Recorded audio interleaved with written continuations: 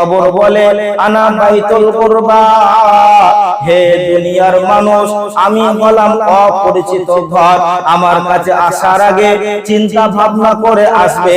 দ্বিতীয় নম্বর কবর বলে আনা বাইতুল ওয়াহিদা, আমি হলাম একাকী ঘর, আমার কাছে আসার আগে তোমরা চিন্তা ভাবনা করে আসবে।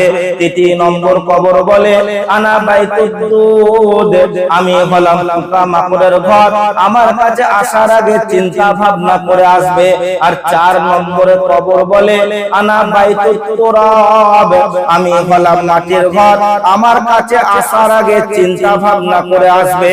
বিশ্বনবী সাল্লাল্লাহু আলাইহি ওয়াসাল্লাম বলেন কবর হলো মাটির ভিতরে, আর আমরা চলাফেরা করি মাটির উপরে। মাটির উপরে যদি কোনো মানুষ অহংকার তাকাব্বুরের সাথে চলাফেরা করে, দাম্ভিকতার সাথে চলাফেরা করে, বিশ্বনবী সাল্লাল্লাহু আলাইহি ওয়াসাল্লাম বলেন